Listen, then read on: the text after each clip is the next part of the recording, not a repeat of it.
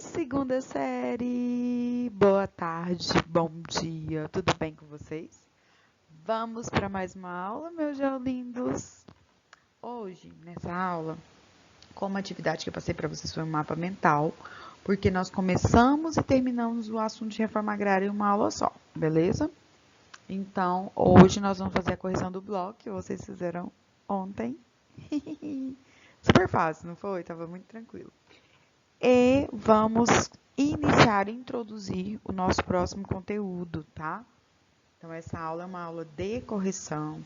A gente vai analisar item por item. Aí vocês vão descobrir já quem acertou, quem errou. Se prestou atenção, fechou a prova de geografia. Que estava bem tranquilo, nós fizemos revisão, expliquei, tá? Então, é isso aí, vamos lá. Primeiro, leia o fragmento abaixo e julgue os itens 2 e 3. 1, 2 e 3. Aí eu venho e falo para vocês, o agronegócio, eventualmente denominado por agribusiness, é um termo utilizado para fazer referência ao contexto socioespacial da produção agropecuária, incluindo todos os serviços, técnicas e equipamentos a ela relacionados, direta ou indiretamente. Beleza? Então, ali eu estou falando o que é o agronegócio, o que ele é, como ele é constituído, os seus serviços, de uma forma bem resumida. Lembrando que o agronegócio é uma cadeia produtiva. Aí eu venho com a questão, para a gente analisar, né? Julgar os itens. O agronegócio expande suas cadeias produtivas graças à ampliação de áreas de cultivo e ao desenvolvimento de novas tecnologias. É responsável pela geração de empregos no campo e por uma grande parte da produção nacional brasileira. Galera, até aí tá certíssimo, né? Impulsiona também demanda em outros segmentos, como os de insumo e os de transportes de cargas. Poxa, tá tudo certo.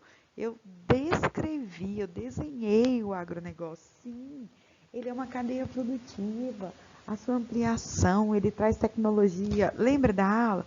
O agro é tech. Peraí, deixa eu ver se eu lembrar. O agro é tech, é pop, é tudo. O agro é tech, pop, tudo. Lembra que eu fiz a dancinha? Então, não se esqueça, o agronegócio é tecnologia, produção e faz parte de tudo, tudo, tudo.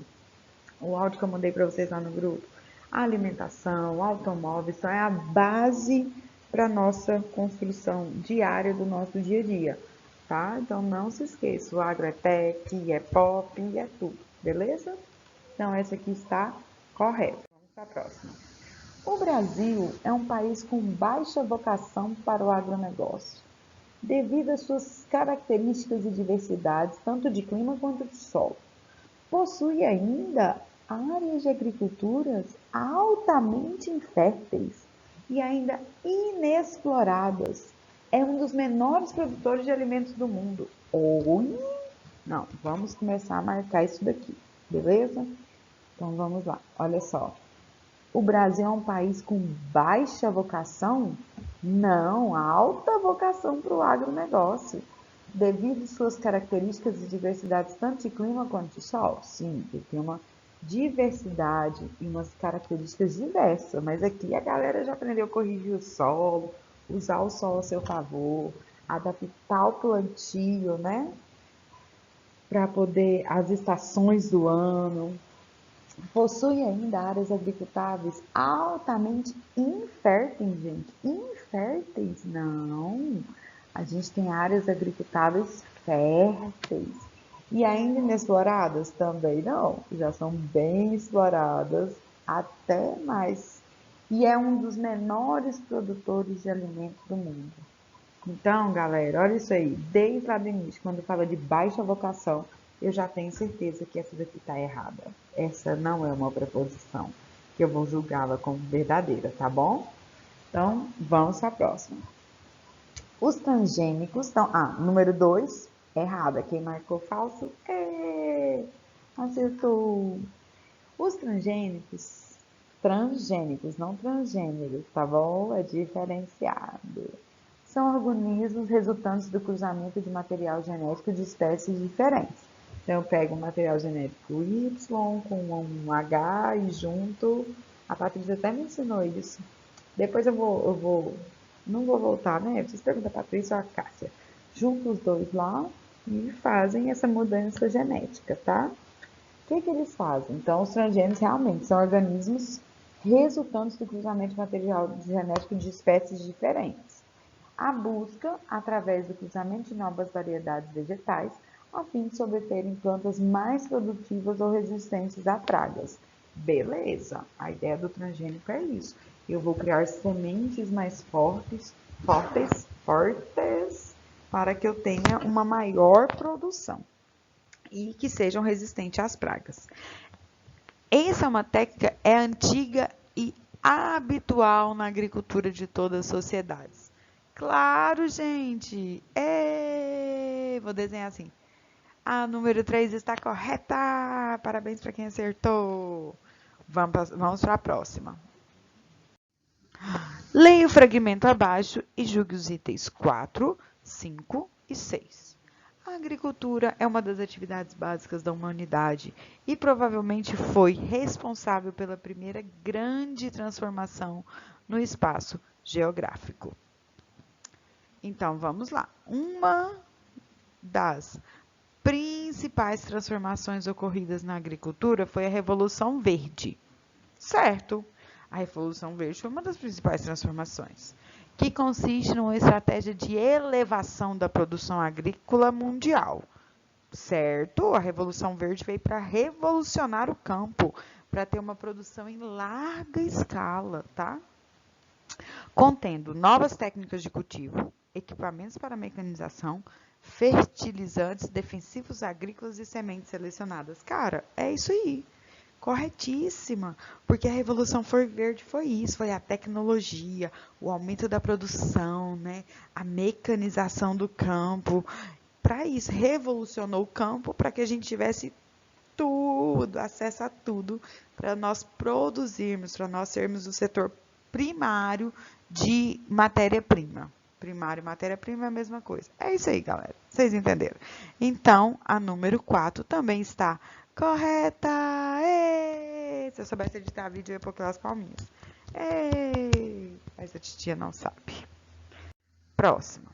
A agricultura orgânica utiliza os métodos inadequados para a correção do solo e controle de pragas. A agricultura orgânica utiliza os métodos, vamos pensar, né? Desse modo, essa prática já causou vários problemas ambientais, pois muitos deles contribuem para a degradação do solo, poluição dos rios, córregos e lençóis freáticos. Não, professora, essa não é agricultura orgânica.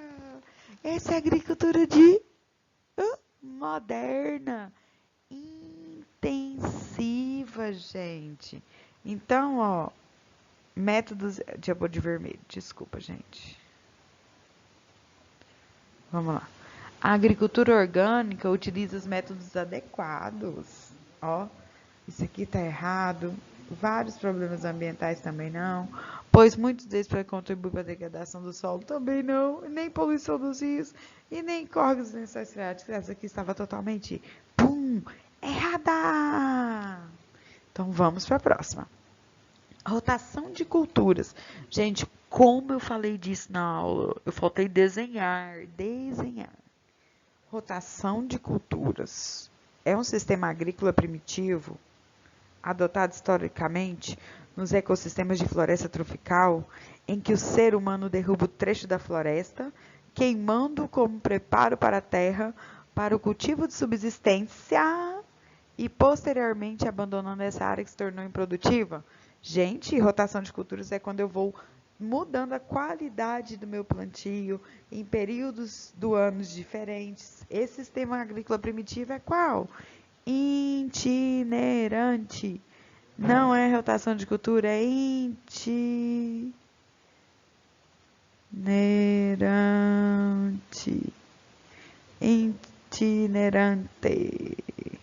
Então, aqui está totalmente errada. Esse conceito não é de rotação de culturas. Então, quem marcou errado, parabéns. As palminhas que eles põem lá no YouTube. Parabéns. Ê! Um dia eu aprendo com as palminhas do YouTube. Vamos para as próximas questões. Eu coloquei essa notícia. Gente, uma notícia tão atual como essa, né? Meu Deus. Com mudança climática, Brasil precisa repensar agronegócio, dizem especialistas. Vocês têm que ler toda a notícia. Relatório do IPCC alerta para aumento do desmatamento e consequências para a Amazônia. Então vamos lá, vamos para a questão. Nota-se que um dos fatores agravantes para a mudança climática é o avanço descontrolado da agropecuária, por terras antes ocupadas por seus biomas naturais. Até aqui tá certíssimo. Até não tem rosa, gente. Eu fiquei muito triste que não tem rosa aqui. Então, até aqui, ó. Ih, foi vermelho. Pagou rosinha. Até aqui, nós temos tudo certo. Olha que lindo. A floresta brasileira gradativamente tem deixado de ser um grande sumidouro de dióxido de carbono. Por que ele tem deixado de ser? Por causa das queimadas e se tornando o emissor do gás.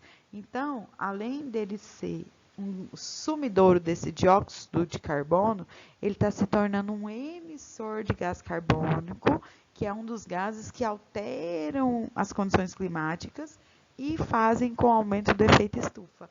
Então, essa questão está certíssima. Para quem acertou, vou fazer um coraçãozinho. Ai, acho que eu tô gostando de desenhar com isso aqui. Misericórdia, tá parecendo um PT com isso aqui. Vamos lá, vamos apagar, né, gente? Apaga, professora. Então, essa daqui está correta. Coraçãozinho para quem acertou. Vamos para a próxima. As questões ambientais são um produto da intervenção da sociedade sobre a natureza? Claro, com certeza. No Brasil, as queimadas são um problema recorrente, estando muitas vezes relacionado com a limpeza diárias para renovar as pastagens e a apropriação indevida da natureza, que causam impactos e prejuízos naturais. É isso que acontece. A galera vai lá, queima, põe fogo, invadem as áreas naturais para poder avançar, além de fazer a renovação das pastagens. Isso causa o quê? Impactos e prejuízos naturais, que alteram todas as condições climáticas do Brasil e do planeta. Quem se lembra que o ano passado, lá em São Paulo, após as queimadas da Amazônia, tiveram dias que anoiteceram muito cedo, os dias ficaram escuros. Por quê? Porque a gente tem uma queimada que diminuiu o dióxido de carbono e passou a emitir esse dióxido de carbono. Nós tivemos uma queimada lá no norte que afetou a região sudeste. Quem te garante que não vai afetar o centro-oeste? E o calor que fez por causa das queimadas do Pantanal? Gente, essas intervenções são realizadas da sociedade, principalmente para essas limpezas diárias ou para esses crimes ambientais que são essas queimadas, para poder extrair os recursos naturais, principalmente para as vendas. Beleza? Então, essa está totalmente certa. Eu não queria que estivesse, mas infelizmente ela está correta. Verdadeira. Como é que vocês estão indo até agora? Me contem. Deixa lá no chat. Escreve lá. Professora, acho que fui bem. Professora, acho que eu fui mais ou menos. Vamos para a próxima. Lembrando que é tudo baseado nas alterações climáticas da nossa charge. Ai, que dor no pescoço, gente.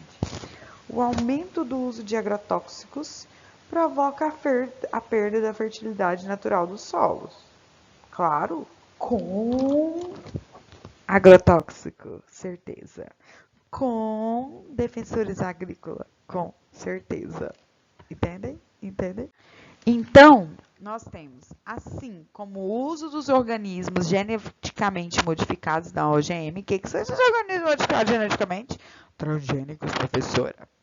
Na agricultura, que provoca uma série de impactos no meio ambiente. Até aqui está corretíssimo. O que são esses impactos? Poluição genética, perda de biodiversidade, surgimento de ervas daninhas resistentes a herbicidas e a poluição dos recursos hídricos. Então, ela está correta! Êêê! Olha que lindo, gente! Ah, então essa também é verdadeira. Eu queria que fosse? Claro que não, mas infelizmente é a nossa realidade. Vamos para a próxima. Acho que essa aqui é a última. E é a última, ó. Leia o fragmento abaixo e julgue o item 10. O aumento crescente da demanda por produtos livres de agrotóxicos tem impulsionado a agricultura orgânica no Brasil. Esse sistema agrícola, que se apoia no manejo sustentável, dispensa o uso de agrotóxicos sintéticos, privilegia a preservação ambiental, a biodiversidade, os ciclos biológicos e a qualidade de vida do homem. Como uma área plantada de 842 mil hectares, o setor movimentou cerca de 1 bilhão em 2003. O Brasil tem 19 mil propriedades e 174 processadoras espalhadas em diversas regiões. Então, aqui eu estou falando da demanda da agricultura orgânica, tá? Olha só, de novo, hein? A agricultura orgânica, aqui eu falei o que ela é no texto, não foi? Como que ela é, porque ela não usa agrotóxicos, não leva tanta poluição, tem um desenvolvimento sustentável que é cuidando, né, dos recursos naturais para as próximas gerações. E aí eu tenho a questão, o sistema de agricultura orgânica é impraticável nas pequenas propriedades rurais. Pois a eliminação do uso de fertilizantes e de pesticidas químicos proporciona um aumento de custos de produção, o que, consequentemente, diminui a renda da unidade da produtividade agrícola. Errada, gente, muito errada. Ela não é impraticável nas pequenas propriedades rurais. Nem eu tenho um aumento do custo de produção, porque é tudo à base do natural, é um sabãozinho ali, é uma erva dali. Consequentemente, diminui a renda da unidade da produtividade agrícola. A agricultura orgânica não tem uma visão igual ao intensivo de expansão, de grandeza, de vendas para grandes empresas, igual aos grandes, né, agropecuários. Então, essa aqui é uma questão totalmente errada, beleza? E agora, gente, antes de nós finalizarmos, eu vou fazer uma breve introdução do conteúdo que nós vamos trabalhar nas próximas aulas. Eu gostaria muito que vocês fizessem a leitura, estudassem isso. Lá no livro que vocês têm, Urbanização, agora eu não lembro a página, eu não estou com o livro aqui, mas eu mando, tá? Vou mandar um cardzinho de orientação. Ai, desculpa, gente, para a próxima aula, beleza? Olha o tema da próxima aula: urbanização, principalmente urbanização brasileira. A gente sabe que o processo com a Revolução Industrial, com a questão da industrialização, tanto no mundo quanto no Brasil, ou quanto nos países que aconteceu mais tardiamente, né, depois igual no Brasil, a gente tem isso atrelado ao processo de urbanização. Porque se a gente só tem o campo, só a zona rural, eu não tenho cidades, eu tenho zonas rurais. Então, a urbanização é quando eu tenho o crescimento maior da população urbana em relação à população rural, tá bom? Em termos proporcionais. Ah, professor, então vai ter região que é uma população totalmente rural? Sim, tem regiões que não se formam cidades, que só tem as vilas ali, né? O vilarejo, que tem um bar, uma mercearia, um barco, uma sinuca, copinho americano, uma mercearia, um posto de saúde e às vezes a escola que tem ali. Quer mais? E uma igreja católica. Boa, obrigada, Fabi. E uma igreja católica. Então, essas vilinhas ali eu tenho uma maior concentração do espaço rural do que o espaço urbano. Então, eu vou considerar ela uma zona rural. Aqui, qual que a gente tem aqui em Anápolis? Ali, aquela ali é a igrejinha, Fabinho? Igrejinha é zona rural, não é? Igrejinha aqui em Anápolis, nós temos a população é maior rural do que urbana. Então, a gente tem uma zona rural de Anápolis, que é igrejinha. Entendem a diferença? Então, atrelado no processo de industrialização, eu tenho a urbanização. Século XIX, Alemanha, processo de industrialização, as cidades foram sendo construídas em volta. No Brasil, o governo do Getúlio Vargas, ele chama a industrialização tardiamente, viu? Entre 1950 e 1990. E aí as indústrias se instalam aqui, as pessoas começam a migrar dos campos para as cidades, né? E aí isso é conhecido como êxodo rural. Então aqui nós temos o êxodo rural, principalmente entre 1950 e 1990, tá bom? Então, esse nosso assunto é sobre essa urbanização brasileira. A gente vai entender quais regiões se povoaram primeiro, quais cidades se formaram primeiro. Um assunto muito gostoso, muito interessante a gente conhecer aquilo que a gente vive, né? Que é o Brasil, que a gente vivencia, até chegar aqui em Goiás. A gente vai fazer assim, ó, tchum, tchum, tchum, tchum, tchum. Então, por isso eu preciso muito que vocês façam a leitura. Vou mandar, tá, para vocês, para a próxima aula, as páginas do livro, bonitinho. Vou fazer uma orientaçãozinha. Então, a tarefinha de casa da próxima aula é essa, fazer essa leitura, para que a gente possa trabalhar isso com maior tranquilidade na sala de aula, tá? E olha só, na década de 1940, o aumento do número de cidades. Então, na década de 40, a gente tem ali, né? Aí começa a crescer a população, uma ampliação da área, a gente tem construções de ruas, avenidas, comércio, rede elétrica, água encanada, telefonia, esgoto. Nossa, professora, foi tudo tão rápido assim? Claro que não foi, tá? Então é um processo, até hoje a gente tem lugar que não tem água tratada, não tem rede de esgoto, que é o saneamento básico, né? Telefonia hoje nós já temos. Então esse é o nosso próximo tema das próximas aulas e eu conto com vocês para poder estarem estudando sobre isso. E atualmente, hoje, você vê, a gente vai fazer um contexto histórico atualmente. Eu dei um spoiler gigantesco da próxima aula. Nós temos as telecomunicações a integrar a internet, os meios de comunicação, o transporte para integração entre o campo e a cidade. A gente acabou de ver o espaço agrário e o agronegócio. Então, nós temos ali essa integração. O campo fornece a matéria-prima para a cidade ou, às vezes, o produto in natura. Então, a gente tem um espaço agrário como base e as cidades como consumidoras do campo, tá? Lembra da DTT? Assim, os filmes, noticiários, novelas, propagandas, filmes de TV são vistos tanto pelo habitante urbano como pelo rural, graças a os meios de telecomunicações, aos satélites, as antenas, tudo isso gera, tá bom? Então, meus amores, por hoje é só. Fiquem atentos. Eu vou colocar no próximo slide um vídeo que eu quero que vocês assistam complementar, tá bom? Sobre o processo de urbanização brasileira. E eu vou enviar também as páginas do livro que eu quero que vocês leiam antes da aula, beleza? Não se esqueçam daquele recadinho maroto, deixem seu like, comentem e mandem na frequência lá no grupo da sala amanhã durante a aula, tá? Eu vou mandar por turma. Por exemplo, se amanhã tem aula no segundo C, o segundo C que vai assinar a frequência. Beijos, meus amores. Até logo. Ah, isso aqui eu já até expliquei, ó. O espaço rural e urbano se complementam. Sim, complementam. Eles têm uma relação de interdependência, tá bom? E aí falta o quê? Anexar o vídeo. Eu vou anexar o vídeo aqui para vocês assistirem.